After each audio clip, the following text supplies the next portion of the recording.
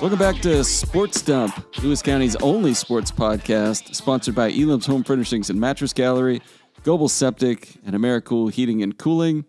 I'm Aaron Vantile, joined tonight by Chronicle sports editor Alec Dietz and Chronicle sports reporter Josh Kirschenbaum.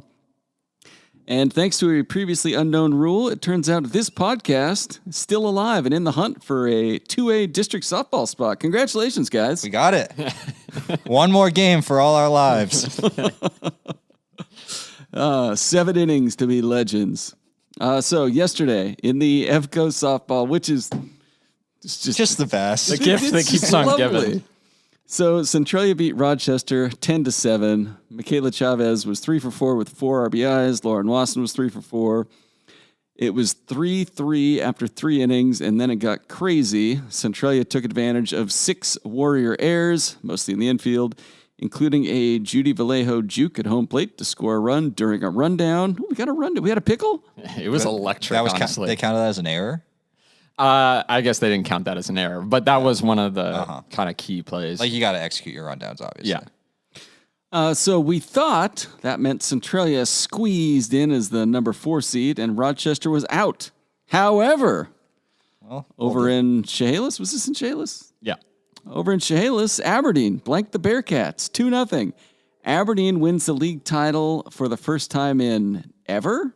We're not sure.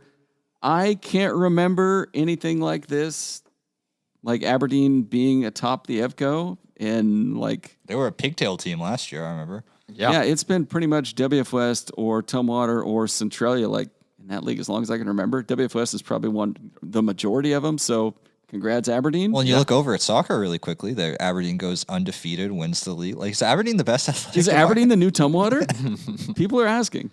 And they got a wrestling program over there. It's not quite WF West level, but... Anyway, so we thought that meant WF West was the number 3 seed. Then Tumwater beat Black Hills 6-0. That locked Tumwater in outright to the number 2 spot with an 8-4 record. So what did Aberdeen finish at? Like 9-3? 9-3. And then So WF they were West. outright, yes. So, and then, okay. Yeah, and WF West, Centralia, and Rochester all tied at 7-5. And for 4 third. teams get to the playoffs. Yes. And you know what? We can agree. This was a great season. None of us knew anything that was going to happen. Nobody knew I anything. tweeted this out. A+ job by the script writers. Like, Just phenomenal stuff. Surprised at every turn. Drop the curtain. Let's go to districts. However, then it all went to shit, and poor young Alec was caught right in the middle of it. Alec, do you want me to read these bullet points, or do you want to... It's a lot of bullet points. I got Should out I just of talk about my day. I got out of baseball I got out of Ridgefield at midnight yesterday, and Alec just texted me and goes, "Call me, I need to vent." Okay, well, run us down of your day. Well, I actually started going to Riverside to cover some Adna golf. The most important thing of the day. Growing programs. Shout out Luke Salmi. He gave me like the chauffeur treatment. He was driving me around in the cart, helping me get the shots and stuff. Yeah. Salmi, Chatted good it hang. up. Yeah, decent hang. Truly would have been a full enough day just with that. Yeah. So I go straight from that to Centralia Rochester. Watch that game. Talk to David Orr after the game. They're pretty convinced they're the number 4 and they're playing the pigtail. It's the first time they've made districts since 2018, his first year there. So yeah, I remember asking him about, potential GHL opponents they'd play in the pigtail game against the number 5, because that's where the number 4 has to play. Finished with him, walked over to talk to Joni Lancaster, Rochester's coach, who was, they were very upset. There were tears. They thought their season was over. I mean, truly, like, their season, right? They started 2-0 and they lost 5 straight, and all they had to do to get back into it was beat Tumwater and WF West back to back. Which, when's the last time that's ever happened? Yeah, by anybody. Yeah. So anyway, they put themselves in the position after kind of digging themselves into the hole. And again, this was all what was thought heading into this game. Anyway, talk to them. Ask her, about her seniors, what they've gotten out of the program, all of that normal kind of stuff you do after, a team's season ends. Then run over to WF West and catch just the 7th inning of that game, where WF West and Aberdeen are both playing for a league championship. If WF West would have won that game, they would have won a league title. To talked to Kevin Zylstra after the game, WF West coach. He's pretty convinced they're number 3. I remember asking him about getting ready for districts and doing all that kind of stuff. I get back into the office and a whole bunch of stuff goes down. I sent out a tweet with the standings. It was just supposed to be like, hey, this is the fun wrap up to this year. It's been a fun season or whatever. It apparently was completely wrong. And all of the coaches were completely wrong and actually had no idea what the tiebreaker scenarios were. Got a DM from Vesey, right? Yeah, Black Hills coach sent me an email that was sent out to all of the league ADs that clarified what the tiebreaker situation was. And basically, the reason everyone thought the standings were what they were was because heading into the season, the top 4 teams from last year all played each other 3 times. Mm-hmm. So that is Aberdeen, Tumwater, WF West, and Rochester. They all played each other 3 times. One of those games counted as a non-league game, and that non-league game was going to be treated as a tiebreaker if it came down to it. Remember the rant we had a couple weeks ago? Was it last week? 2 weeks ago? Non-league games? League games. Exactly, yeah. Mm-hmm. So anyway, it turns out that game is even more meaningless because if a team is facing elimination, that game gets tossed out the window and that tiebreaker doesn't count. It's only so a tiebreaker since Rochester seeding would have been eliminated by that tiebreaker rule, they toss out that result. So what they did instead, because WFS and Centralia only played twice, because the bottom 3 teams didn't play that extra non-league quote-unquote game against the top 4 teams, and they split. They had to go into the tiebreaker for those 3 teams, and the new tiebreaker, or not the new tiebreaker, but the tiebreaker that wasn't, that the coaches didn't really know about, the 3 coaches that I talked to yesterday, including Black Hills coach, who didn't really know this was a thing either. Centralia won that tiebreaker because they have a 3-1 league record against the 2 other teams. So since Centralia swept Rochester, they went 2-0 against them, and split against WF West. They were 3-1. WF West was 2-2 against the group in league games because that other one got tossed out. Otherwise, they would have been 3-2. And Rochester was 1-3. And again, they had that game tossed out. Otherwise, they would have been 1-4 if you included the non-league one. So because Centralia has the best record out of all of those, they got moved up into the 3 seed, and they're making WF West and Rochester play a play-in game for the last spot. and breathe. What are we doing? What are we doing? This is the discussion that's being had. It's remarkable to me when I go on this stupid thing right here Okay, and stop how it. Why are you still ignorant people. And Josh, we have your recorded reaction as well. We have been hoodwinked, bamboozled, led astray, run amok, and flat out deceived. So, Aaron, how's the 2A EvCo doing? Well, Not great, Bob. this has been a lot of fun. Sound bites in these. We don't usually get these. I mean, We had a well, we had a lot of time to think about setting this up. I was thinking about this on my hour drive back from Ridgefield last night. I want to make a confession, and that's I listened to the News Dump podcast. Go on. And I'm familiar. I know it's like marks me down as a nerd. I think it's a great podcast, and I think it's the best. It's a great way for me, and I'm kind of new to this community to sort of get up to speed with a lot of what's happening, and it's a different way to take in the news. And so many things you talk about in the News Dump.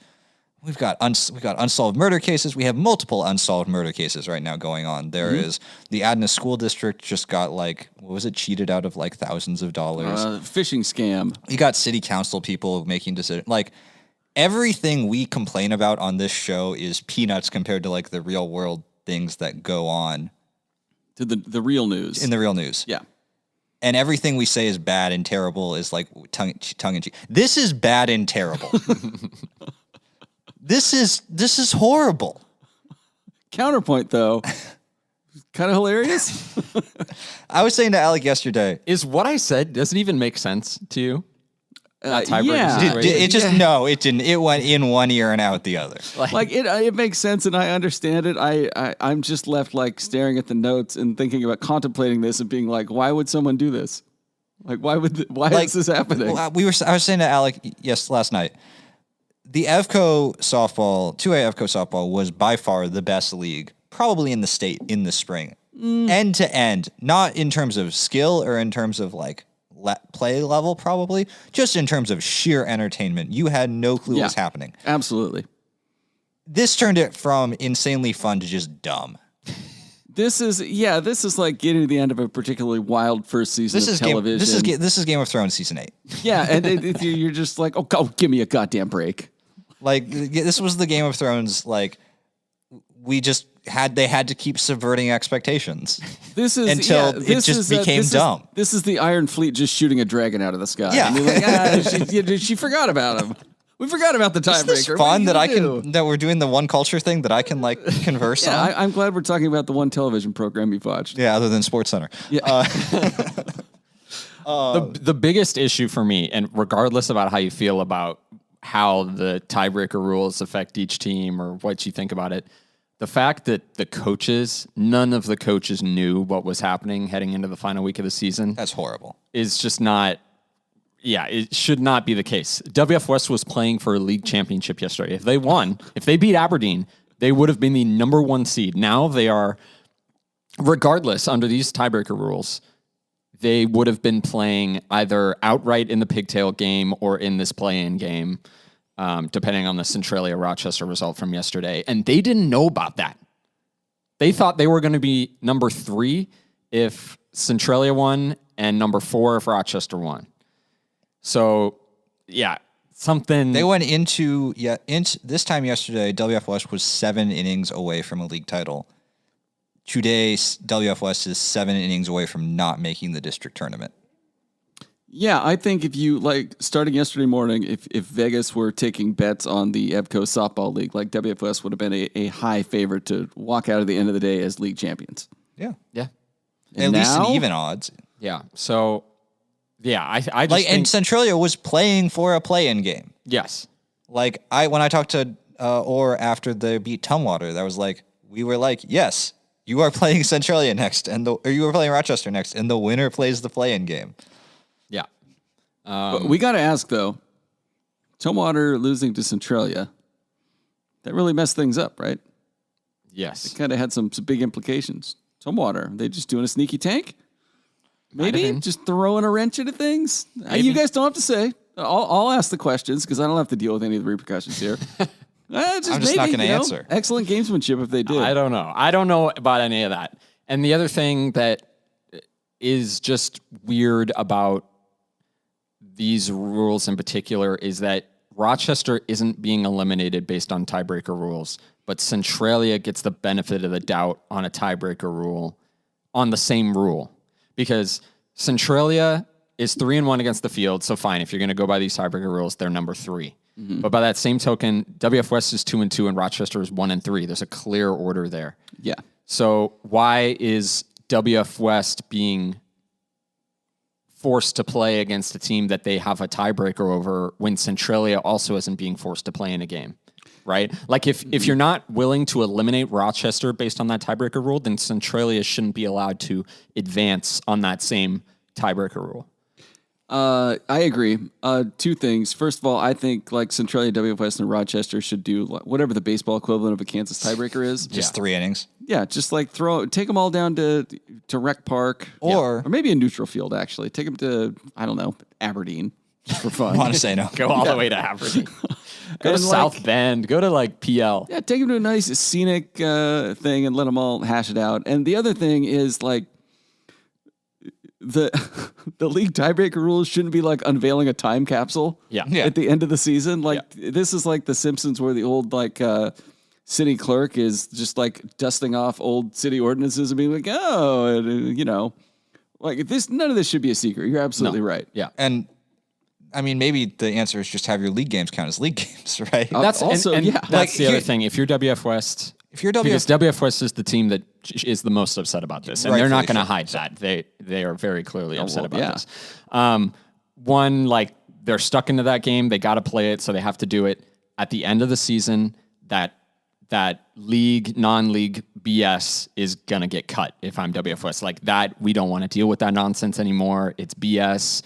The games arbitrarily count or don't count depending if someone is eliminated. It makes them even more worthless to play. I did the math out this morning because I thought hand up, it isn't quite the catch-all, because I was like, oh, if we just count all the league games as league games, it'll be easy. It's not. If you actually count all the league games that got played as league games, Aberdeen, WF West, and Tumwater finished in a 3-way tie at 10-5.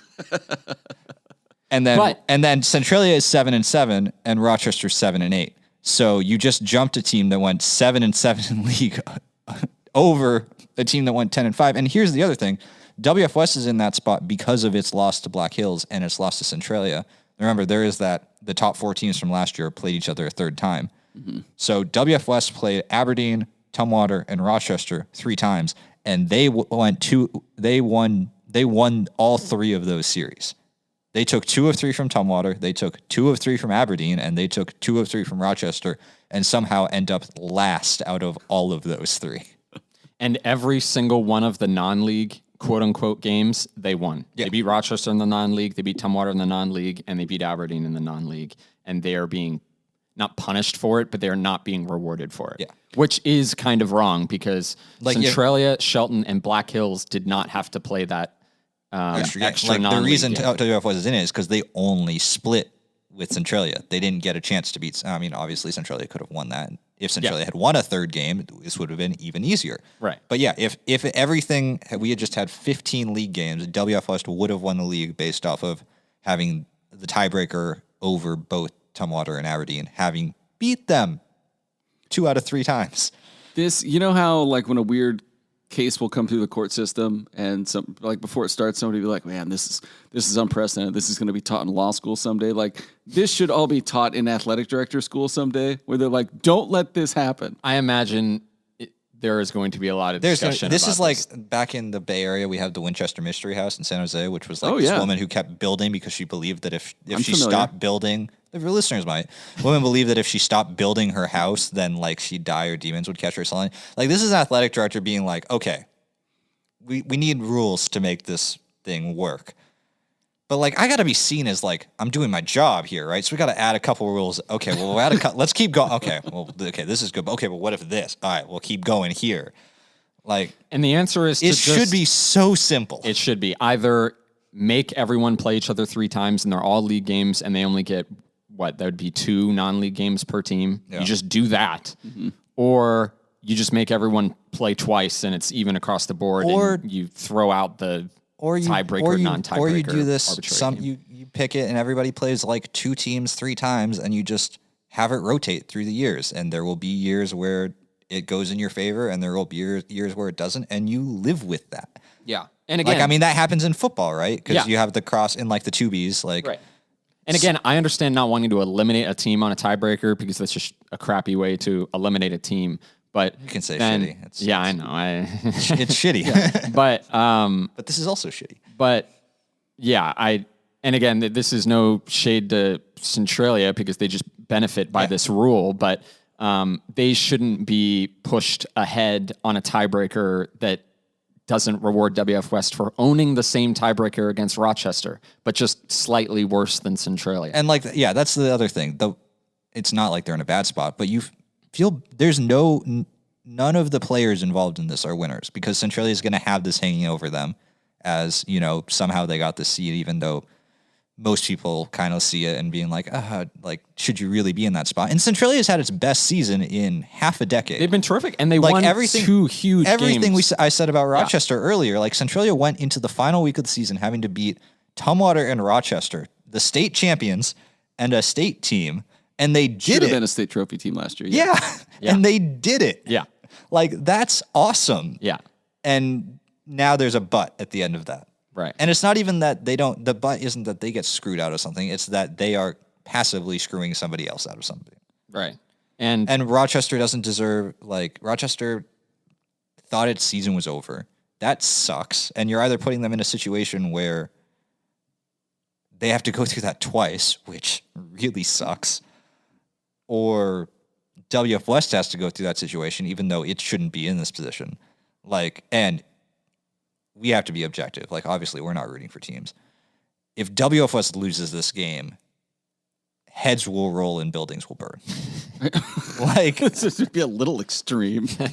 I think terse letters will be written is more accurate. I don't know about parents, man.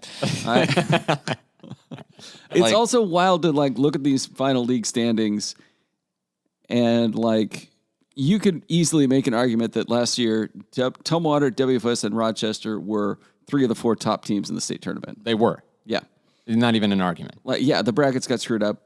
Those were 3 of the top 4 teams, and they are now 2, 4, and 5 in one league. And somehow Aberdeen is Aberdeen being number 1 is just like, Aberdeen's just kind of chilling on the side, like, hands behind their back. And like, Aberdeen's been good. Like, They we're have. not taking that away from them. 100%. Lily Camp shut down WF Lily West. I Camp- think she had 10 strikeouts against him. She had just might be league MVP. I mean, they won the Lights league. out. She is probably the league MVP. well, the league meeting is what, next Friday? Oh, that's going to be fun. It's going to be a It'd be a banger. fly on the wall.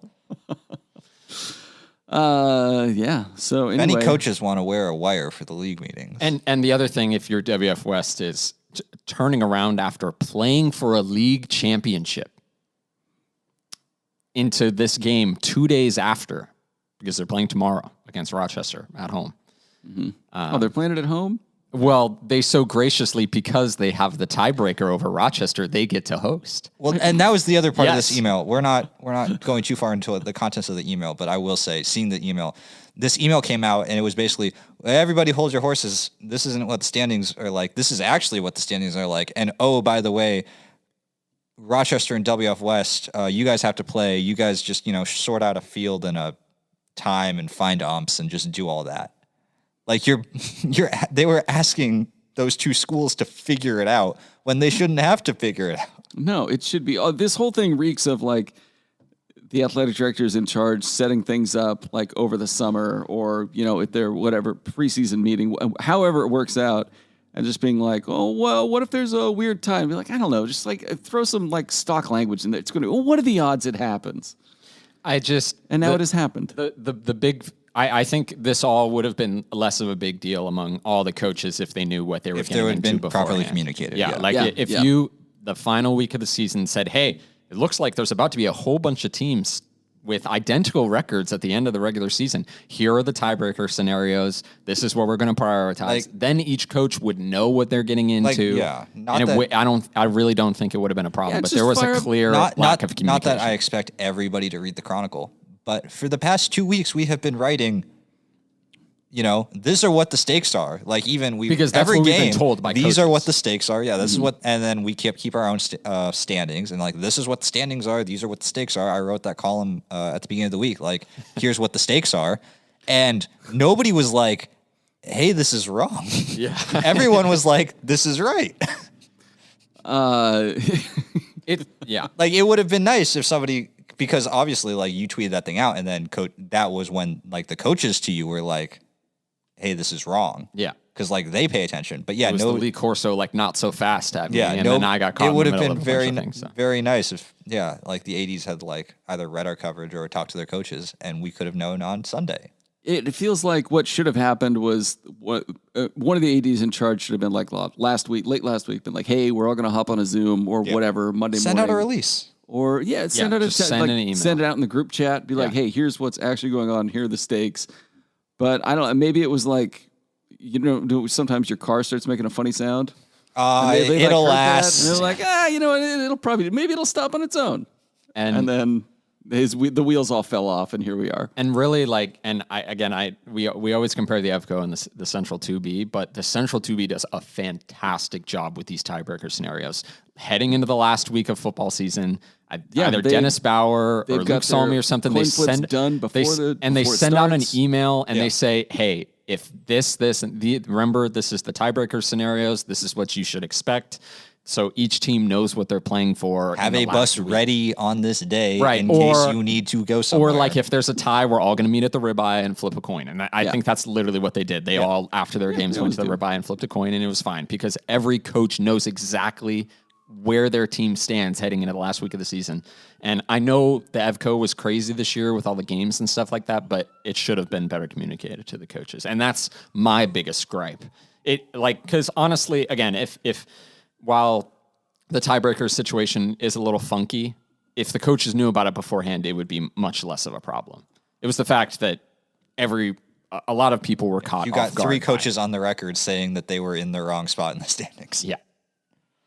And I mean, it is possible. I will say this. It is possible when I was talking to Centralia and Rochester's coach that they were assuming WF West was going to beat Aberdeen, because if WF West had beaten Aberdeen, Rochester would have been outright and Centralia would have been in the 4. So it might have just been on the assumption that WF West was going to win. So I don't want to put that completely on them. But regardless, the way that, Centralia was telling me, all the different GSHL opponents they could play, and Rochester was pretty much acting like their season was over. It's going to be awkward on Friday. Yeah. It's going to be really awkward on Friday when WF West and Rochester play, because this is coming out Some people are going to be very mad. and it's just coming out of left field. Yeah. It really is. All right. Do we do that? Do you know who I bet really is enjoying all this? It's like the GSHL coaches. Yeah. Oh, yeah. Well, okay. I beg to differ. Alec pointed this out earlier. Rochester and WF West play each other. One of those teams plays the number 5 team out of the GSHL. Yeah, good luck to them. And then the winner of that will Plays play Richfield. Richfield. Yeah. So I bet Richfield's like, things are looking good. WF West, maybe. Or Rochester, maybe. Yeah. I mean, those are two really freaking good teams. But also, I don't know who the 5 is, if it's like Washougal or R.I. Long, but man, man. Yeah. All right. You know who else might like all this shittiness? Global Septic, Yeah. one of our sponsors. Global Septic, providing septic service and portable sanitation for Thurston, Lewis, Mason, Cowlitz, and Grays Harbor counties. They hook you up with some septic pumping, inspection, and riser installation. Commercial septic pumping. If your grease trap of a tiebreaker Your standings are all backed up. your standings are all backed up. Global Septic can help clear things up. Of Turns course, out that you need to throw a secret tiebreaker on 2 days' notice, and you need a porta potty for it. they'll get you one. I fast. was told it was talked about at the preseason league meetings, but the coaches, I guess, didn't pay close enough attention. Just to be clear. Visit Global Septic, GOEBEL septic.com, or call 360-736-2167 to learn more and perhaps provide portable sanitation for your tiebreaker event. So now, after 20 minutes of a podcast, we can talk about the district tournaments that are actually going on. Yeah, let's get into some baseball. We're going to run through. We went 25 minutes on EvCo softball. And it was deserved. It deserves it. Yeah. 2A baseball, where things are much more logical. The tournament started Tuesday, 2 days ago. Tumwater beat Hudson's Bay 4-0 in the opener. WF West beat Mark Morris 5-4 on a walk-off. Rochester lost to Columbia River 11-1 in 5, and then they all went down to Ridgefield on Wednesday. I'll read the note. All of them went down to Spudtown on Wednesday. Rochester lost to Hudson's Bay 2-0. Braden Hartley pitched all 7 innings, gave up 4 hits and 2 runs, struck out 9, walked 3. Pretty good. That was his best outing of the season. That's a Felix Hernandez-esque just loss. no help. The LeBron James graphic. Hudson's Bay's Sebastian Ladisaw, Something like that, yeah. is he like a No British clue. explorer? No clue. He's really good at pitching. Took a no-hitter into the 6th. The Warriors finished the year 12-10. On the bright side, they made it past the pigtail round for the first time since 2019. On the less bright side, still looking for their first win in the district tournament since 2014. 2014 finished 3rd in state As a 1A. as a 1A school. Yeah. Wild season. That was the, you know why they have pitch counts in high school baseball That was now? because the guy who threw like 230 pitches or whatever. In that team, Yeah. he was the winning pitcher in their 3rd place game. Yeah. It was great. I was there. Just Bay scored 1 run, and talking to Brad Kornstrom afterwards, he's like, yeah, normally you don't think 1 run in the first inning is going to be a problem for you, but that Bay kid was really good. He had a perfect game going into the 4th, and he lost it on an error that got a guy to 2nd. With Braden Hartley coming up, they decided to intentionally walk Hartley to put the force back on and not have to face Braden Hartley, and that was his only free pass. Oh, that's tough. And then he gave up 1 hit, and that was the 3 base runners that Rochester had all game long. Also on Wednesday in Ridgefield, Tumwater beat Columbia River 5-1. That was a rematch of last year's district title game, which Columbia River won, and state title game, which Tumwater won. Trenton Gaither went 6 innings, gave up 6 hits, no earned runs, 9 strikeouts, and a walk. And then WF West rolled Ridgefield 9-0. Braden Jones went 5 2/3. Riggs Westland got the Bearcats out of a jam in the 6th and then slammed the door on them. They scored in 5 separate innings. Deacon Meller was 3 for 4, drove in 2 runs. And Gavin Fugate was 2 for 4 with a pair of doubles. So that means, do we have any dramatic music? Not like that. The applause is fine. WF West Tumwater Friday in Ridgefield for a district championship. Who you got? I don't know. It's going to be real good. I mean, so something's got to give in this game. So WF West played Tumwater 3 times in the regular season, and Tumwater won all 3, and only one of them was close. Mm-hmm. Tumwater is in the district title game for the 3rd straight year and hasn't won any of those. They haven't won a district title since 2015, which is wild. Kind of. How did they beat in 2015? They did beat Centralia in that one. And then Centralia came back and won the state title. Well, that was the year after. And that was losing the year. The district title is like what you Pretty want. good. Yeah. Well, in that year, the 2015 year, in 2014, Centralia beat Tumwater in the district title. Mm-hmm. Tumwater's done it on pitching. Alex Overbay and Trenton Gaither are the 2 best arms in the area, pretty much. Like they are proving it this time around. But the interesting thing is the way the 2A baseball tournament's set up. It is a true team test in that they play 3 games in 4 days. So both those guys are out of it. And Hunter Lutman threw his 105 pitches in WFS's first games. He's done. Braden Jones threw like 90 pitches yesterday. He's out. So you're getting into the staff, and this is the thing that's fun about postseason baseball when you get into the college level, when you get into regionals and you got to play, 4 games in 4 days or 5 games in 4 days. It's not just a test of your best 9. It is a test of how your staff is. And we're going to see a district title between, I think Tumwater is probably going to throw Braden Orem, and WF West is going to throw Connor Coleman or Miles Martin out there. Like, it's going to be really fun. Tumwater again took the first 2 games handily. They proved that they could hit just about anything that WF West threw at it.